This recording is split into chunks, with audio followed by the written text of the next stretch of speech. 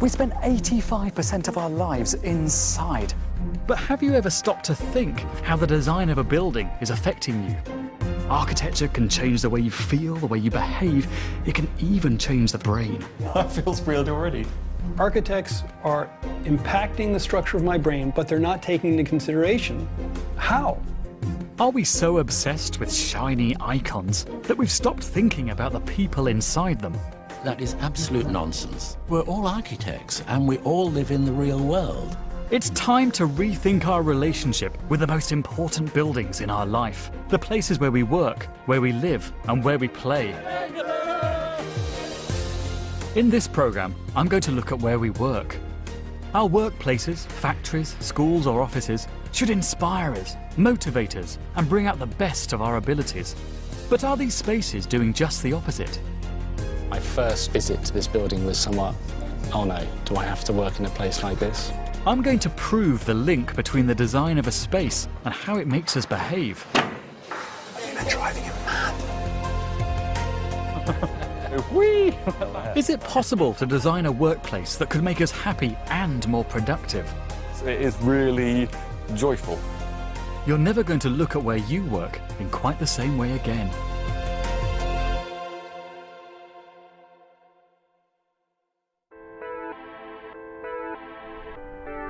Today, the UK's most famous architectural icons are office buildings. Brilliant architecture should inspire us, bring out the best of our potential while we work. But what are our workspaces actually doing to us? Have we become obsessed with what buildings look like on the outside and forgotten about the people on the inside?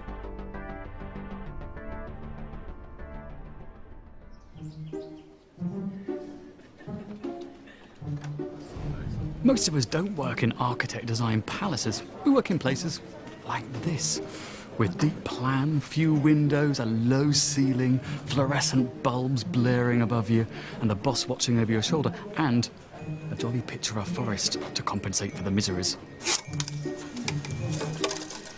We now accept open-plan office spaces as the norm because they're cost-effective and supposedly create a sense of equality and togetherness. But how does an open-plan design really affect us? Dr. Jack Lewis is a neuroscientist.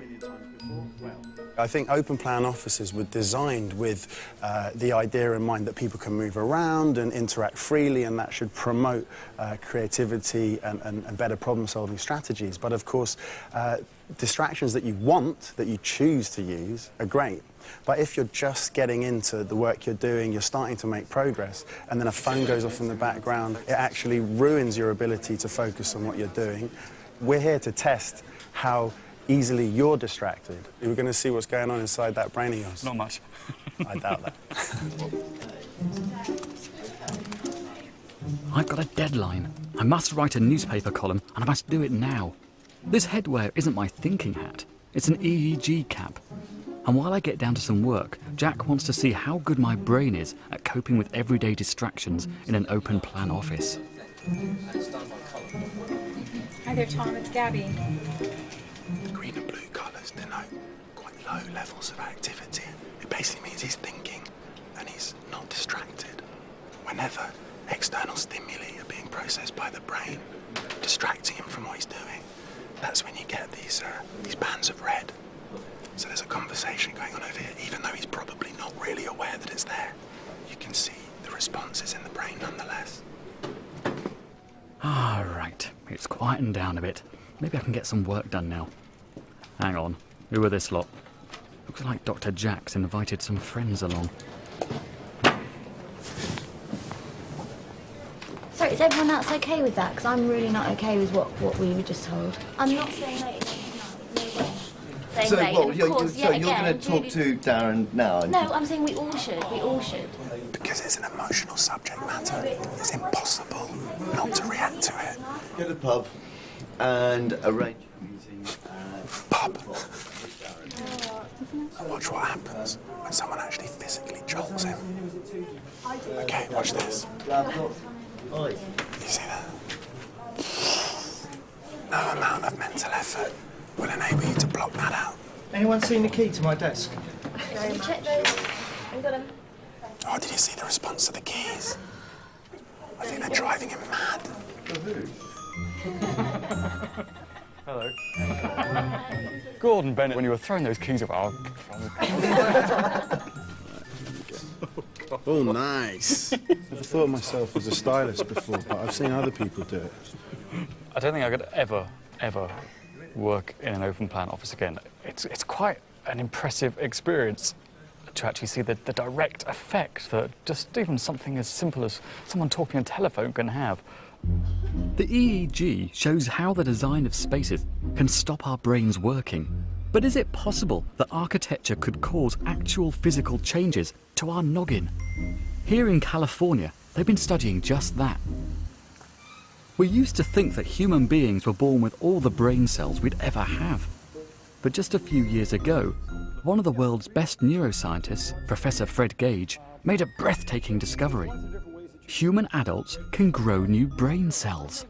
So this is our sterile environment where we keep the animals, and we're gowned. Since then, he's been looking at how environments affect the growth of our brain by studying mice, which share the same brain structure as humans. The development of animals living in basic conditions, so we're supplying water, food, and a certain amount of space proved for their health and safety. is compared to that of genetically identical mice living in more stimulating spaces. We will, on a regular basis, every couple days, take out these objects and put different ones in, move the water and the food in different locations, so you can enrich an environment not just by having it complex, but by changing it.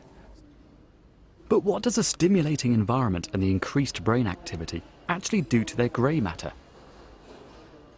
So what are we looking at here in the result? So this is the part of the brain called the hippocampus, where new neurons are being born all the time in all mammalian species from mouse to human.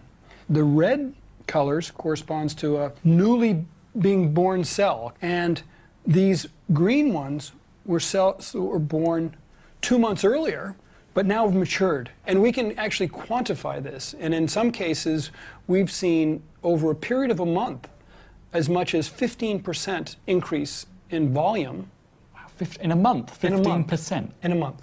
The key question then is, can you extend this to humans? I mean, what you see here, does this equate to humans as well? If we look at this slide, those correspond to blood vessels. And it turns out that the area where new neurons are being born is highly enriched in blood vessels. And you can measure that blood flow both in humans and in animals. And in the animal work, you can show that that corresponds to increases in the birth of these new neurons. So we extrapolate to the human work. That's quite fascinating, isn't it? It means that you're continually developing, that if you move in from different spaces to different spaces, different qualities of space, that your brain will change, it will shift. That's right. How much power then do you think architects have over us? Architects are impacting the structure of my brain by virtue of the designs that they're making, but they're not taking into consideration how. Neuroscientists and architects have to work together. Often science and art live in two different camps, and they don't communicate with each other. So we should be highly motivated to optimize our understanding about this so that we can build environments that optimize our performance, optimize our abilities, and that can happen. Having just seen what Dr. Gage has done, it's moved me. I don't get moved very easily, but I genuinely move because this is something that I know intuitively. I go and look at buildings all the time, and I feel differently in different buildings. But to see physical, scientific proof that architecture and environments change our brains and our bodies, it renders me speechless. It's incredible, incredible work.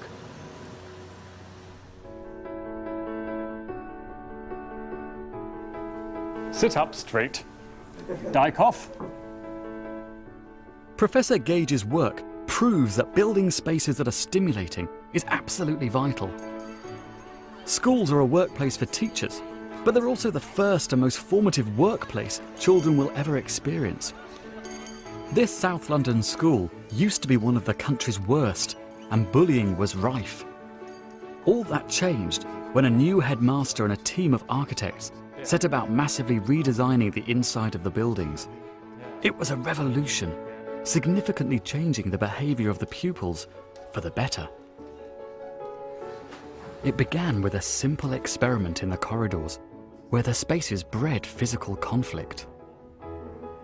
What were the kids doing in the long corridors then? You could not avoid physical contact, and we had to make choices. So if I'm going to walk past you, in this sort of situation now, we're walking in the middle. Yeah. We've got to decide. That's basically what happened. Yeah. And most of the time, it was resolved normally.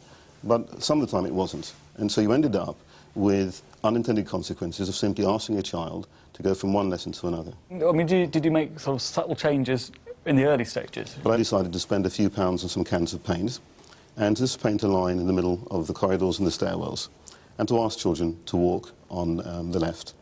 Amazingly, for probably 40 or 50 pounds, we reduced the sort of inadvertent conflict by probably 90%.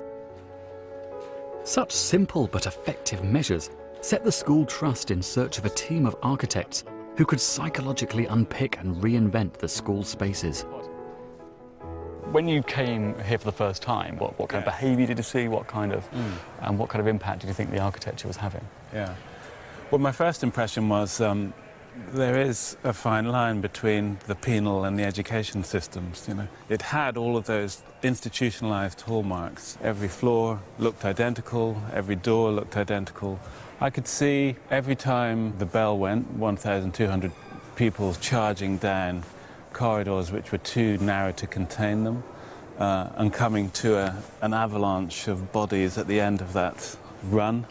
It wasn't about making choices, it was about following a line. We literally tried to remove the corridors wherever we could and bring all of the circulation into this space.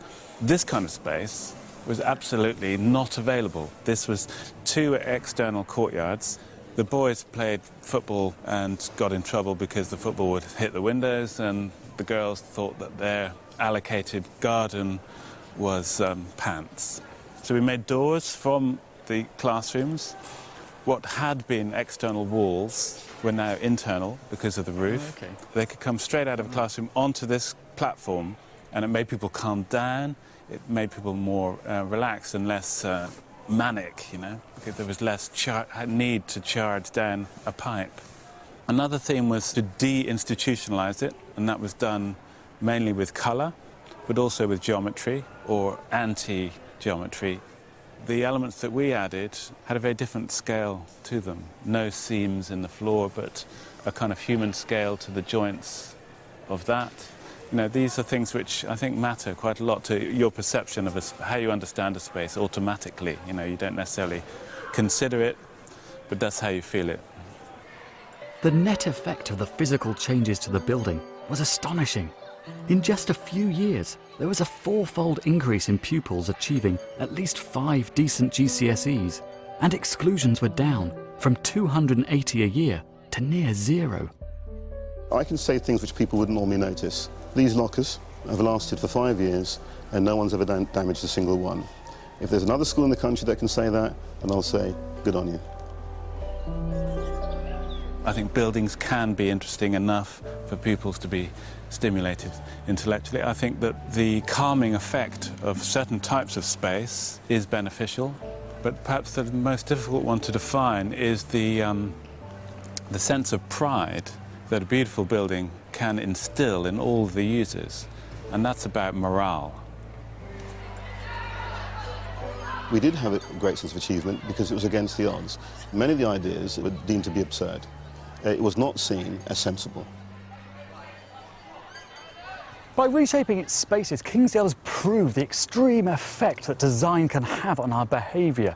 So if we know that there's this clear relationship between buildings and that behaviour, why aren't we designing the spaces that we spend every day of our working lives based on the same principles? Why don't our workspaces work?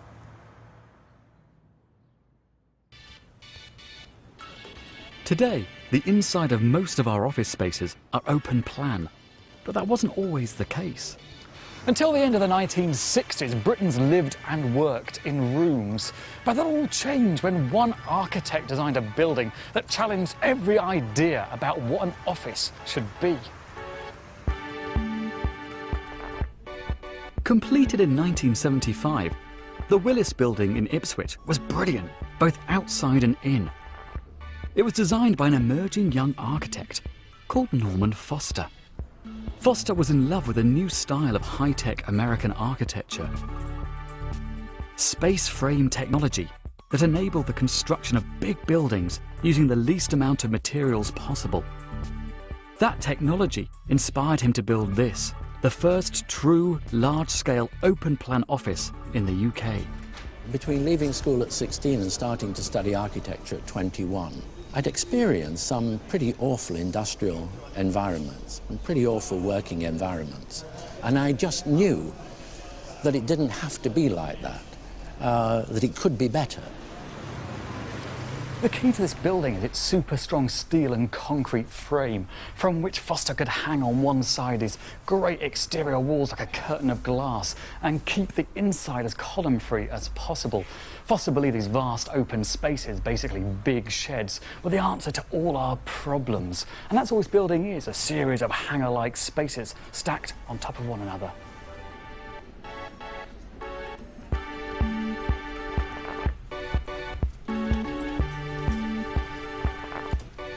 But despite the architectural invention, Foster made great efforts to make the inside of the building work for the people in it. His innovations included reflective office ceilings which bounce light into the middle of the office space, and a huge rooftop staff restaurant. In its time, this building was breathtakingly radical. Britain had never seen an office built like this before, let alone one with sunny yellow walls, a rooftop garden, and a swimming pool.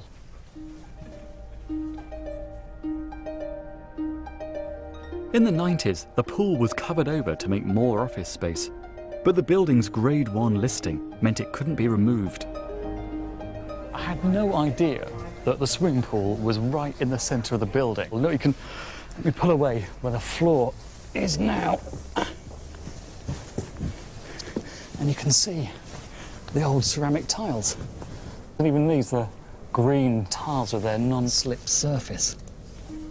So what was it like when there was a swimming pool in here? It's fantastic. Obviously a very different scene to the one that we have in here today, but very, very popular with people. And there was very little in the way of other swimming pools in the area at that stage. So quite sort of, I don't know, so forward thinking really to have something in the town at that time and specific to a local employer as well. It gave Willis at that stage certainly a very unique position in terms of an employer that was actually recognising that, you know, life is more than about just work, and there's other things that matter to people as well. This was an inspiring and stimulating place to work, and it gave the staff a genuine sense of community too. It was all about serious work and sociability. The idea that the workplace could be just a great place to go. This building was the template of Britain's offices for decades to come. Large, efficient, machine-like spaces. But while this building, with its social aims, treated its employees with respect, as open-plan shed-like spaces rolled out across the country, something changed. And it wasn't just the colour of the walls.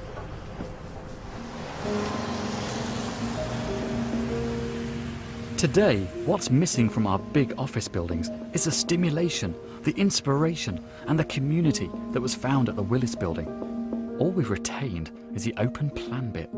Take consultants Deloitte's new HQ in central London. This is the modern day ideal of the corporate headquarters, prestigious award-winning architecture. There's no doubt that the outside is designed to make a statement, but the inside, well, it's just a lot of beige. When their workforce moved into this building, something went wrong with staff morale. Teamwork declined, productivity fell. My first visit to this building was somewhat, oh no, do I have to work in a place like this? I mean, I shouldn't say that, but in all honesty, it is a very effective, efficient space from an organisation point of view, but it's a space that inspires people, a place that is fun and, you know, amazing to come and work in. No, it's not. Guy and his partners have brought in psychologists to see what they can do to fix the space.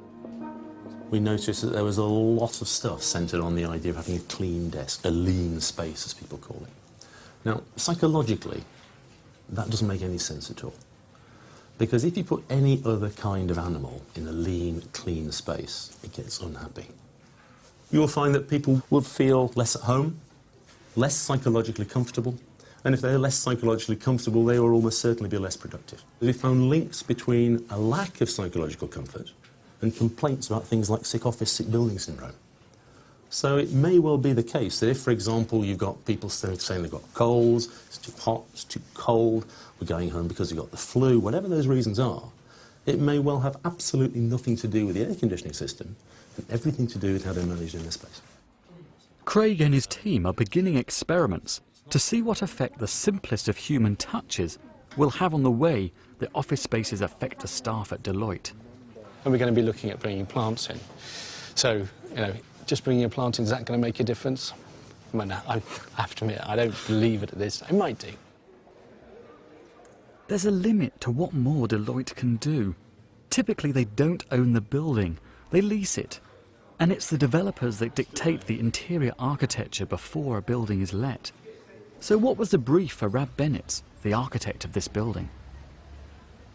When developers are looking for buildings and they don't have a tenant, which is most often the case, you have to kind of do something that's relatively bland that suits as many people as possible and offends the least number of people as possible. If you don't do something really custom-made that's very special on the inside as well as the outside, you might offend so many tenants it stands empty for years, and that's no good to anyone.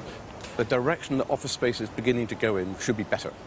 So if architects were almost like craftsmen again, making things properly, doing good responsible work as the backdrop to the cities, I think people would buy that. But of course there are economic limits to how much you can challenge, because you might offend the market and then nobody rents the building, and that clearly isn't a job well done.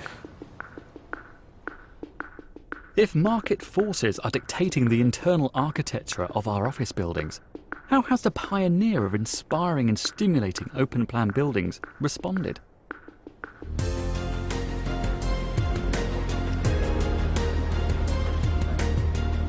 "30 years after he built the Willis building, Norman Foster was commissioned to design a new iconic addition to the London skyline. It was quickly dubbed the Gherkin, as its cucumboid form rose steadily above the City of London. Its 40 floors house 4,000 employees of several different companies, including Swiss Re, who originally commissioned the iconic building." With this building, did you intend to design an icon? No, no. I mean, this building is driven by, obviously, the desire to make a beautiful building. Like a potter, you've got a material, you've got an end functional objective. You're creating a vessel, you're creating something for people, but you want, intuitively, instinctively, behind every move, you want to do that in a way that's going to produce something that is beautiful. It may be a beautiful icon on the outside, but the inside is a shock. There's no sign of any of the stimulating, inspiring and playful spaces of the Willis building. You could be, well, anywhere. If the view wasn't there, yes, what would this office be like? Very different. Very, very different. This whole building is about the views and the sense of space, and nothing you could put in its place. Are there things that you would want to improve? Are there things that could be better? I think that there's two things for me. One, I would have loved to have some additional facilities for staff in the building, or something where people, all different tenants can get together and get to know each other, because you do come in the lobby and you go to your floor and you don't really mingle with any of the other tenants. Like Willis, the Gherkin does have a social space on the top of the building, but this isn't the staff canteen. It's a small, exclusive restaurant and bar that can only accommodate a tiny fraction of the building's users. No social integration and very ordinary office spaces. Norman Foster was the original champion of vital ideas that made life in a space like this better. Where have they gone? Come and meet some of your fans, right? These are some of your biggest fans. They work here. I've been set up. No, not at all. This is Emma. Come and meet Emma. Hi. This is Lord Foster. Hello. Nice to meet you. This is like a kind of reality TV, isn't it? She loves they all love working in this, and they describe it as an icon. They look forward to coming here every jealous. morning. I'd love to work. do. But we showed them some pictures. They didn't know about the Willis building, did you? We didn't. And you saw the one complaint that you had about this building was about the social aspect. That actually, to get to the top of the building, to go to the bar and so on, you have to book. Couldn't you pressurise Swiss Re to deliver the same kind of standard that you brought at Willis to the entire building, so that you do get this kind of social life? We did. And if it was a Swiss Re... But where did it go? Because it's not used by Swiss Re in its entirety, from the basement to the top floor, and obviously it's not going to have that free access. Do you ever feel a bit disappointed that the ideas that you came out in the early 70s that you were promoting to this country have been, I guess, I don't know, bastardised or twisted or dumbed down somehow, so that actually these big floor plates... A mixture of both. A mixture of both. You can see some of those ideas that we've pioneered, and you can see the way that they've, in a way, been misappropriated. That must really annoy you. In the end, unless you're doing a building for yourself or yourselves, you have to let go at some point. So you'll come in a building, you'll see the way it's used, and there'll be kind of shock horror. I don't think it's not a disaster, but you know it could be better.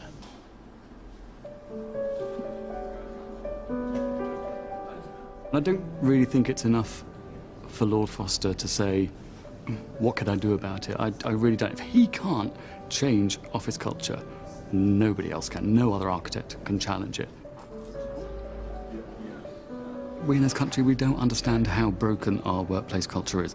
And I think it's only by going into other cultures, other countries, other places, where, I don't know, there's much more emphasis on the individual worker and what they want. That's going to change the corporate culture and workplace culture. We've got to see other examples. And by doing that, you open up all our eyes into what is possible.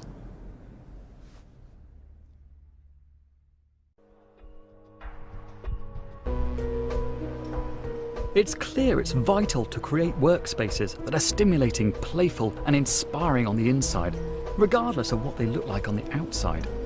And if you think that's a challenge for architects of office buildings, imagine how difficult it is when designing a sprawling industrial factory. One British-based architect has proved it's possible here in Germany. Factories are historically laden with a myriad of problems. A hierarchical workforce of manual workers and management, and low morale. When BMW decided to build a new factory here in Leipzig, they looked to resolve such issues using architecture. These are just bog-standard production halls. They're neat, they're clean, but there could be any factory anywhere in the world. And this is where 3/4 of the workforce spend their day.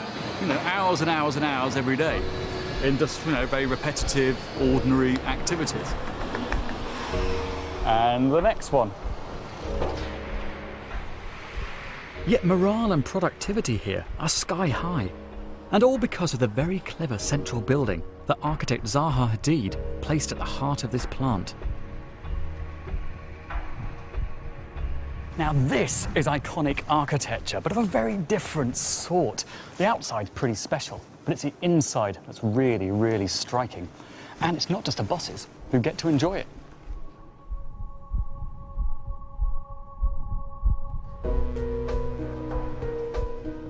These futuristic, inspiring architectural ideas aren't just for fun.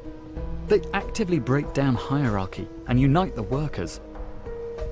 The cars on the production line dreamily float through the admin sections, and this connects the office workers directly to the production process.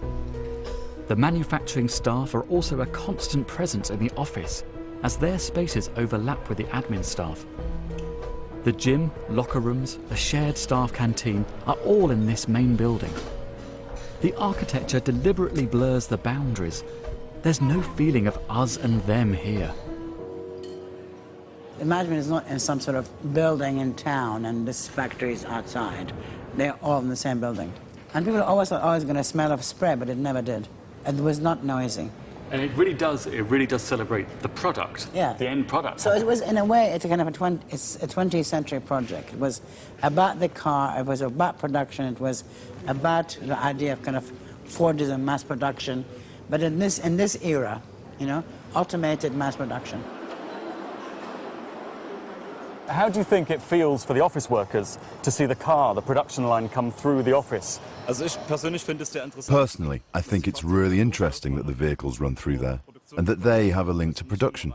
This company isn't just about office work.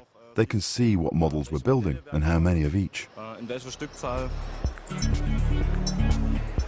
It's very forceful architecture. It's very forceful and strong and bold architecture. The building tells you where to go. Yeah, well, it does, yes. I mean, it does. Because it's also trying to create space through linear lines, as if to infinity and returning. And it has a kind of industrial quality to it. It's not a museum, it's an industrial space.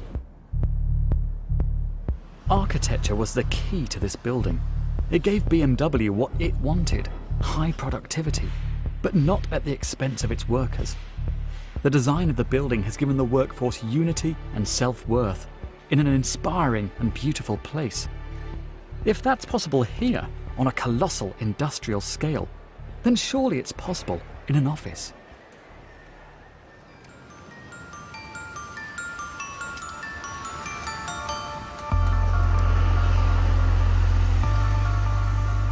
This austere-looking building is the headquarters of Interpolis, an insurance company in Holland. Insurance? Financial services? Not normally known for being the most stimulating work environments, but a Dutch architect has proved otherwise. In the building's central tower, the floors of the offices are pretty empty, and you wonder, where are the employees? Is any work actually getting done?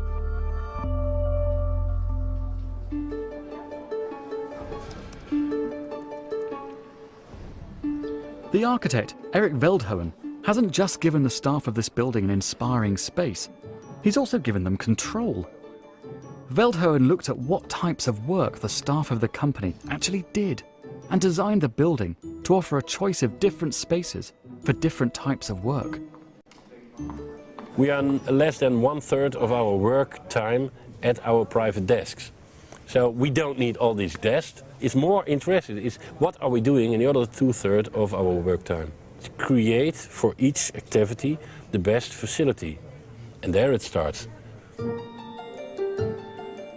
At the foot of the office tower is an extraordinary building, a clubhouse which contains 10 uniquely different areas. Meeting and workspaces blur into social and eating places. It feels more like a vast, luxurious hotel than a financial services HQ. So how do you know when you're coming in here? How do you know where you're going to sit?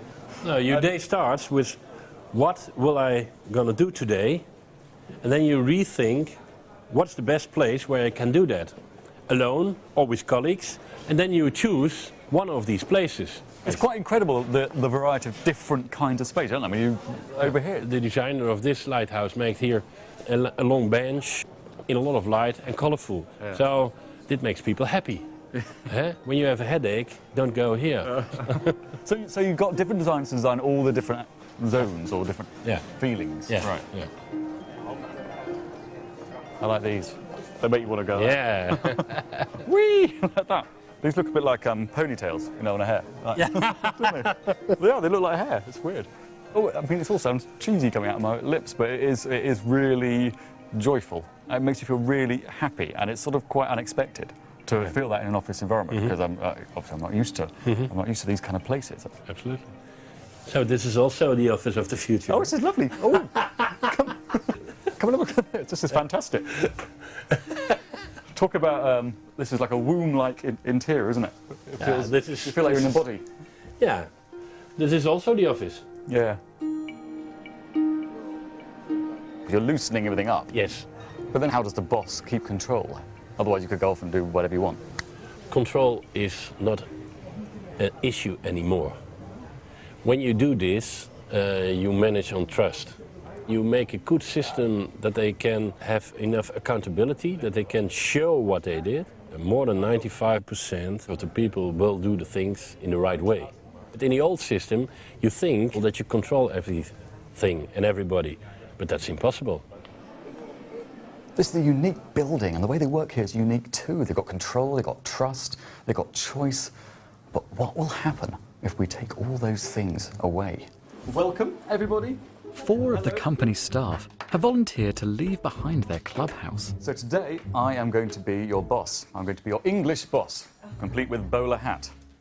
And spend a whole day working in rather British conditions that I'll impose. You must clock in and clock out every time you leave the office. So we have forms here, that's including going to the toilet. Do not use any other space in the building. Do not change the temperature. So we're going to tape up the thermostat here. I'm also going to tape up the windows. Don't move any of these tapes, because I'll know. I'll know. I'll be watching. So, welcome to your new workspace. I hope you all enjoy your day. Thank you very much. The workplace they've left behind is startlingly different. The building looks like money has been lavished on it, and it would cost far more than your average office building. But amazingly, that's not the case. This genius design reduced the size of the building by half, which meant the company made a 40% saving on its construction. The people are connected with each other on a very natural way.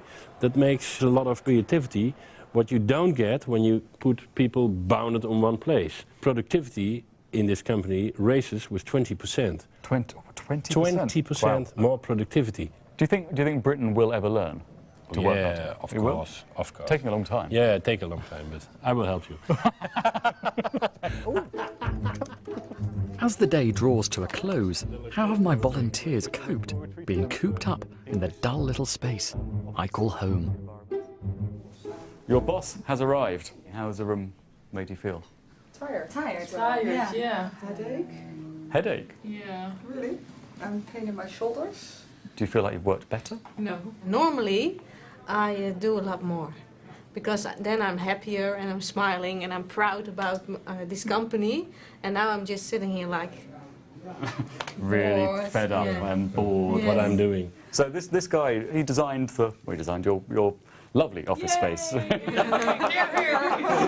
a hero, you're a hero! We call him God. You call him God? Wow, that is an accolade. That's quite amazing, isn't it? That this sort of quiet Dutchman has had such a profound impact. Has had this amazing building.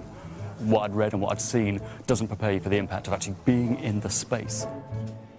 This isn't an advertising agency full of wacky creatives. It's an insurance company. But this hugely successful reimagining of the entire office culture could not be more different to the British ideal. Back there at Deloitte, they're trying to achieve similar results just by using potted plants. I wonder if it's worked.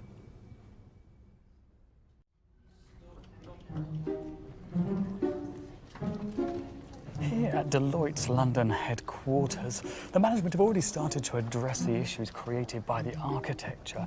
Psychologists have been called in to devise simple tests to humanise the space, make it more homely, even by something as simple as adding a pot plant. We're taking our lean condition as the control, where there are no pot plants. There's a second and rich condition which has been developed by a designer. Here we've got plants that people have chosen themselves, rather than had a choice imposed on them. So there's much more empowerment, there's much more freedom here, Exactly. much more control Yes. for the individual people at the desk. Yes. What kind of results are you seeing? In terms of productivity, we're finding that people are significantly higher in terms of their Really? productivity. Here, yeah, just plants. So it's giving people choice and control? Yes. The power is in the people. If you challenge that, and if you try and impose an identity on people, then you make people more stressed, more uncomfortable, and probably less productive too. It's been surprising. I mean, I've had people stopping me in the corridor saying, thank you so much for the plants, making this change. Do you think as a company you're going to be willing to give more power to the employees? Yes. Really? Really? Well, you know, Really? Yeah, there's always a limit, isn't there? You've got to remember the sort of firm that we are. We're a professional services firm, and we're not advertising. We're not sort of the creative PR end of things. We've just got to match that brand issue with the place. I do feel a bit demoralised. I sort of feel like, unless you change the overall structure of an organisation, like Interpolis did, giving power, devolving power, I just don't see how anything else can change. Architecture can only reflect the society it's born into. And if that society doesn't change, architecture won't fundamentally change. You'll just be fiddling around the edges. A pot plant here, a pot plant there isn't going to make a difference in the long run. You've got to change a whole culture, a whole workplace culture.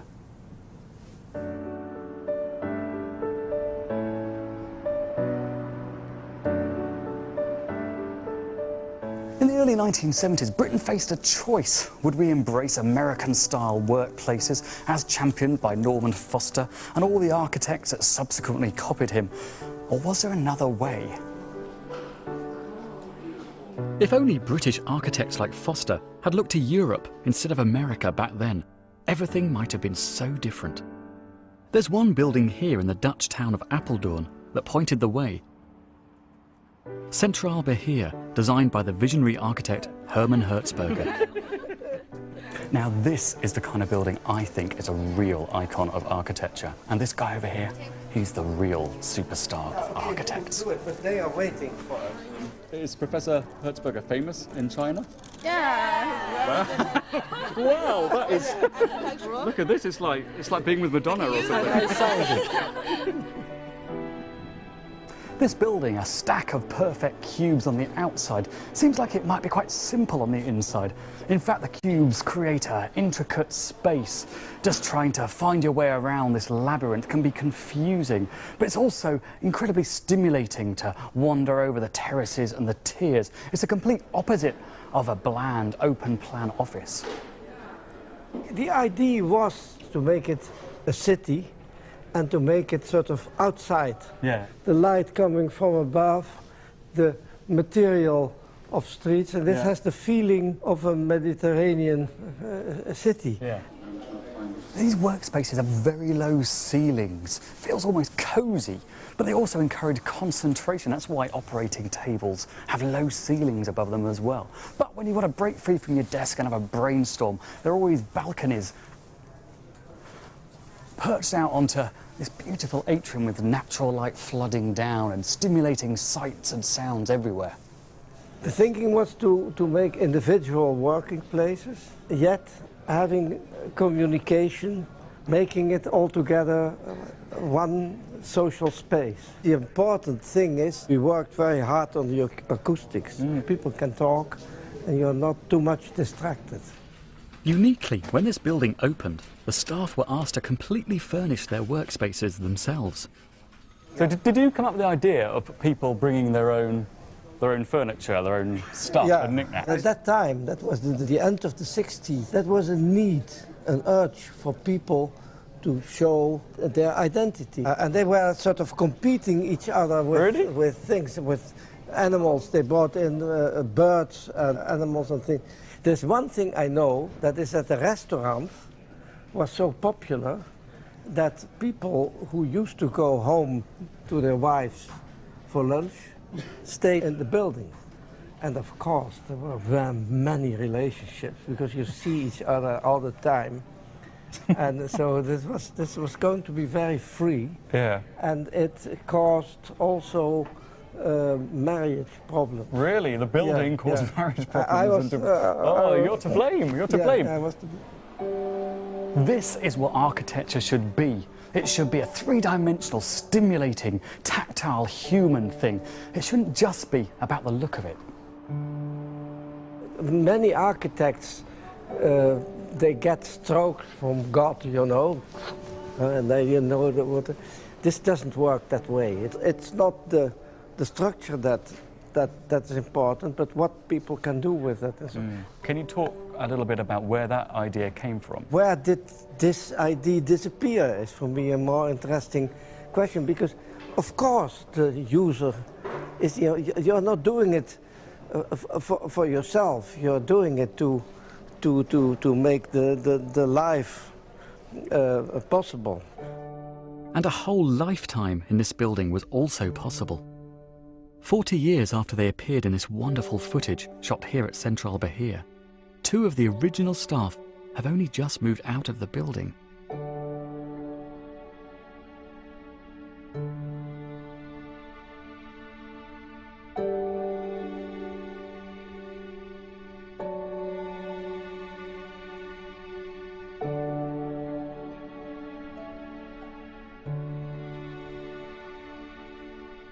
So did you love the building when you moved in? Yes. Yeah, directly. Directly. What did you love about it? What was it? It's nice. It is warm, like a living room. What did it feel like to move out, to not work here? Crying. Yeah. Did you really? Yeah. Yeah. Part of It's your... like what you have with a birth. Your what is navelstring? Oh, cutting the accord. Cutting the accord. And this was also here. Wow.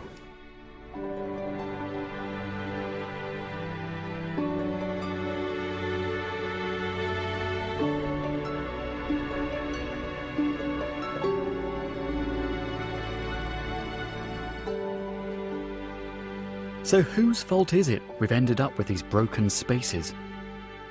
Too many architects designed for this moment, the perfect idealized space on the inside, iconic form on the outside. But put the people in here and it just doesn't work. Since the 80s, capitalism's forces into workplaces as controlling as prisons.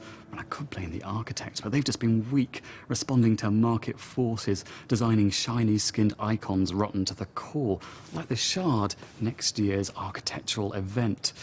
But I blame you and me just as much. We've been too easily impressed by these glittering jewels, too happy to relinquish our freedoms to bosses who carry on building the same old stuff. If you're bored of the architecture in your life, take control of a building by designing a school with the Open University. Go to channel4.com/buildings and follow the links. Still to come at 10, a fab celebration of a decade of great comedy. Jennifer Saunders is laughing at the 90s. Next though, it's 6 months on and Hugh Fearnley-Whittingstall is back to bring his food fight up to date.